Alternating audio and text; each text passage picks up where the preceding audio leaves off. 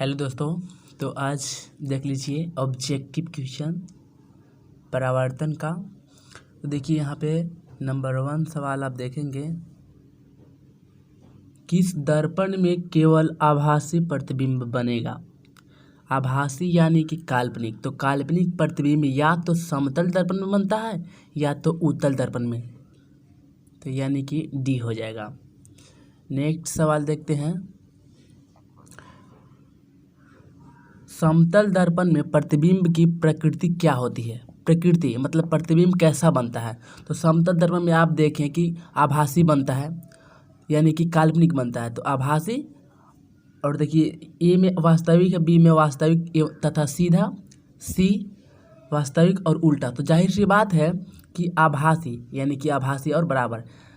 तो यहाँ पे ध्यान रखेंगे, समतल दर्पण में आभासी के साथ साथ बराबर, जितना बड़ा वस्तु रहेगा उतना ही उसका प्रतिबिंब बनेगा। तीसरा सवाल, गोलीय दर्पण की फोकस दूरी उसकी वक्रता त्रिज्या की कितनी होती है। यानी कि फोकस दूरी यानी कि छोटा एफ, आप लोग पढ़े होंगे कि छोटा एफ बराबर r/2 यानी कि वक्रता त्रिज्या के आधी होती है, यानी कि ए आंसर। अब देखिए नेक्स्ट क्वेश्चन, प्रकाश तरंग उदाहरण है। प्रकाश तरंग जो उदाहरण है विद्युत चुंबकीय तरंग, यानी प्रकाश तरंग एक विद्युत चुंबकीय तरंग, यानी कि आंसर हुआ इसका बी। नेक्स्ट दर्पण सूत्र है। दर्पण सूत्र का फॉर्मूला के ट्रिक के रूप में आप याद कर सकते हैं VUF, यानी कि और प्लस में। तो देखिए VUF आप देखेंगे तो यानी कि डी में आपको नजर आएगा VUF। गोलीय दर्पण में फोकसांतर एवं वक्रता त्रिज्या के बीच संबंध होता है। यानी कि फोकसांतर मीन्स छोटा एफ और वक्रता त्रिज्या मीन्स आर। तो जाहिर सी बात है कि यहाँ पे आधी होती है, यानी कि आधा का मतलब होता है कि r/2। तो इसलिए यहाँ पर आंसर हो गया F = r/2। 7, एक गोलीय दर्पण द्वारा बने प्रतिबिंब का आवर्धन ऋणात्मक हो तो प्रतिबिंब कैसा होगा। प्रतिबिंब का आवर्धन ऋणात्मक हो यानी कि ऋणात्मक हो, यानी कि इस तरह से यहाँ पे हो, ये साइड। तो ये साइड होता है अवतल दर्पण में, और ये साइड बनता है तो उल्टा ही होता है। अगर ये साइड बनता है, दर्पण के दाहिने साइड अगर बनता है प्रतिबिंब तो सीधा बनेगा, और यहाँ पे बाईं ओर बन रहा है तो जाहिर सी बात है कि उल्टा बनेगा, यानी कि ए।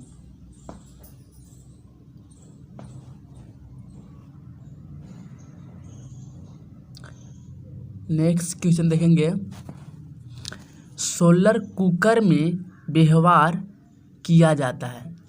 सोलर कुकर में व्यवहार किया जाता है कौन सा दर्पण। तो सोलर कुकर यानी कि खाना बनाता है तो अवतल दर्पण का प्रयोग करते हैं, क्योंकि अवतल दर्पण करता क्या है कि सभी किरणों को एक बिंदु पर जमा करता है, जिसके कारण तापमान अधिक होता है।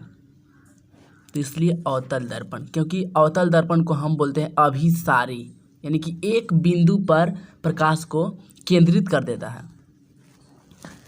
नेक्स्ट, मोटर चालक के सामने दर्पण यानी साइड मिरर में लगा होता है। तो साइड मिरर यानी कि किसी वस्तु यानी कि पीछे का वस्तु देखने के लिए आप उसको प्रयोग किया था उत्तल दर्पण का। उत्तल दर्पण का प्रयोग इसलिए करते हैं क्योंकि उत्तल दर्पण में हमेशा छोटा प्रतिबिंब बनेगा। तो जाहिर सी बात है कि बहुत बड़ा एरिया देखने के लिए कम जगह में प्रयोग किया जाता है उत्तल दर्पण का।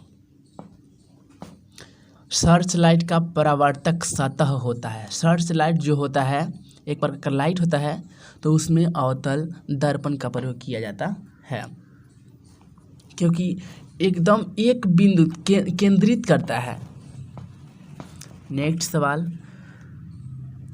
प्रकाश की किरणें गमन करती हैं। प्रकाश की किरणें गमन करती हैं, तो हमेशा सीधी रेखा में ही गमन करती है प्रकाश की किरणें।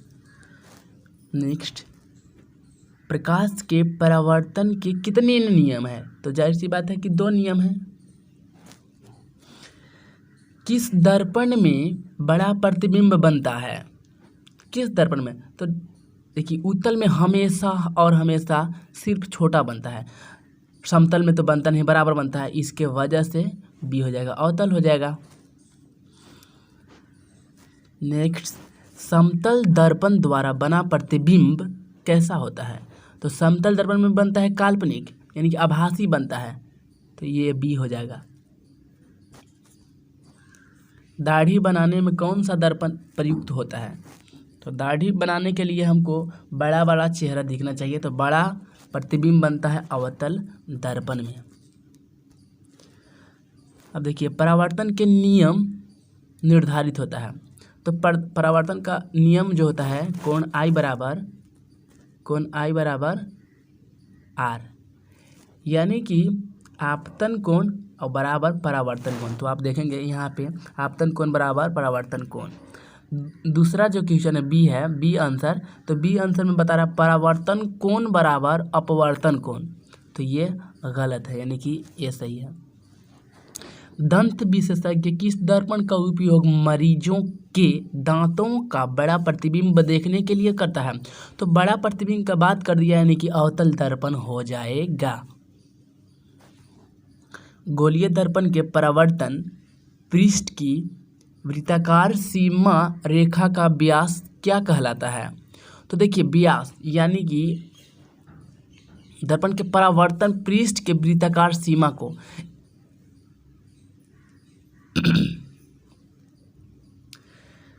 यह है दर्पण का पृष्ठ व्यास को हम क्या कहते हैं, तो वक्रता त्रिज्या कहते हैं, वक्रता त्रिज्या। अब देखिए एक उत्तल दर्पण में बना प्रतिबिंब हमेशा होगा, तो उत्तल दर्पण में आपको पता है कि हमेशा आभासी यानी काल्पनिक बनता है और छोटा बनता है, तो छोटा का मतलब होता है कि ह्रासित मीन्स कम यानी छोटा होना, यानी कि काल्पनिक और ह्रासित।